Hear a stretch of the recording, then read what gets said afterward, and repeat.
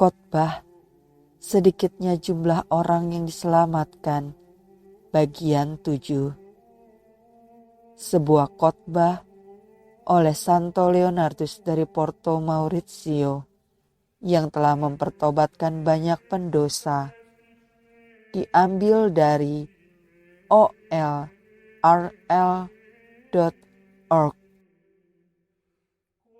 Sekilas tentang khotbah, sedikitnya jumlah orang yang diselamatkan. Bagian 6. Kali lalu kita sudah mendengar Santo Leonardus berkata bahwa Allah menghendaki semua orang selamat. Berikut ini kita akan mendengarkan kesimpulan dari khotbah ini. Kesimpulan, saudara-saudara, aku ingin melepas kalian pergi dengan gembira hari ini. Jadi, jika kalian bertanya apa yang aku rasakan atas jumlah orang yang diselamatkan, inilah dia. Terlepas dari banyak atau sedikit yang diselamatkan, aku tegaskan bahwa barang siapa ingin selamat akan diselamatkan, dan bahwa tak ada seorang pun yang dapat dihukum jika ia tidak menghendakinya. Dan jika memang benar hanya sedikit yang diselamatkan, itu karena hanya ada sedikit pula yang hidup baik. Sedangkan yang lain, bandingkan dua opini ini. Yang pertama menyatakan bahwa jumlah orang Katolik yang dihukum lebih besar. Yang kedua, sebaliknya, menganggap bahwa jumlah orang Katolik yang diselamatkan lebih besar. Bayangkan, seorang malaikat Tuhan diutus untuk membenarkan opini yang pertama. Ia datang tidak hanya mewartakan bahwa sebagian besar orang Katolik dihukum saja, tapi juga menyatakan bahwa di antara kalian yang hadir di sini, hanya satu yang akan selamat. Jikalau engkau mematuhi perintah Allah, jikalau engkau membenci kebusukan dunia ini, jikalau engkau memeluk salib Yesus Kristus dengan semangat pertobatan, engkau akan menjadi satu-satunya orang yang diselamatkan itu tadi. Sekarang bayangkan, malaikat yang sama kembali padamu dan membenarkan pendapat yang kedua.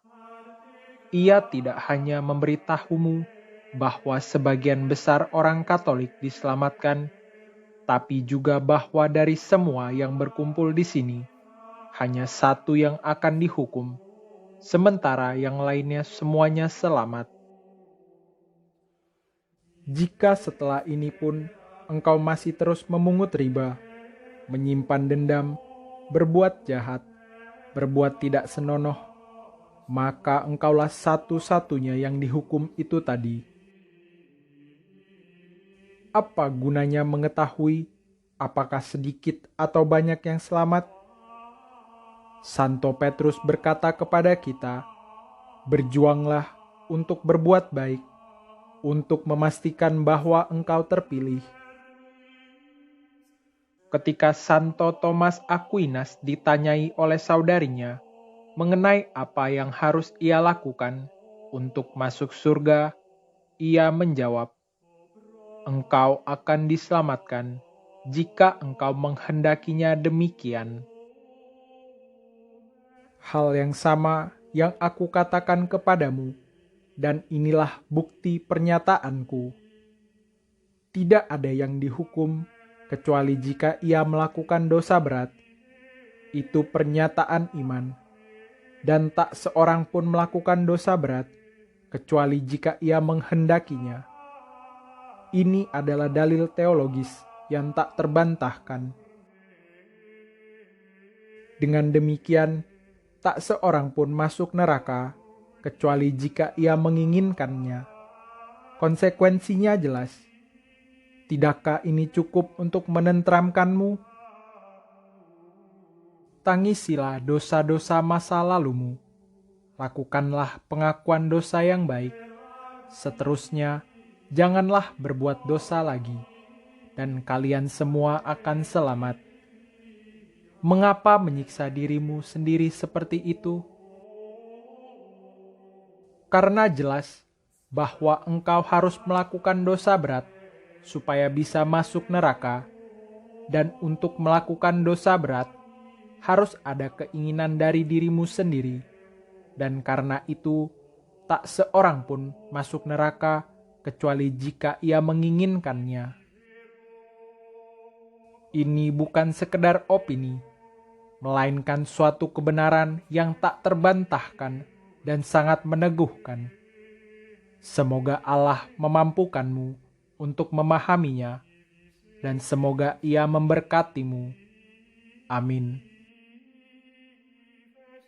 Dalam pedoman pembedaan roh yang pertama, Santo Ignatius menunjukkan bahwa ciri khas roh jahat adalah menenteramkan para pendosa. Karena itu, kita harus terus-menerus berkhotbah dan membangun keyakinan dan keharusan untuk berharap pada pengampunan dan belas kasih Allah yang tanpa batas, sebab pertobatan itu mudah dan rahmat-Nya penuh kuasa. Tapi kita juga harus ingat bahwa Allah tidak membiarkan dirinya dipermainkan, dan bahwa seseorang yang terbiasa melakukan dosa berat berada di jalan menuju kebinasaan kekal. Memang ada mukjizat-mukjizat di menit-menit terakhir, tapi jika kita tidak berpendapat bahwa mukjizat-mukjizat adalah hal-hal yang lazim terjadi, maka kita terpaksa harus menyetujui bahwa bagi mayoritas orang-orang yang hidup dalam keadaan berdosa berat, sangatlah mungkin tidak ada rasa sesal dalam diri mereka. Spiritus Sancti Gratia illuminet sensus et corda nostra.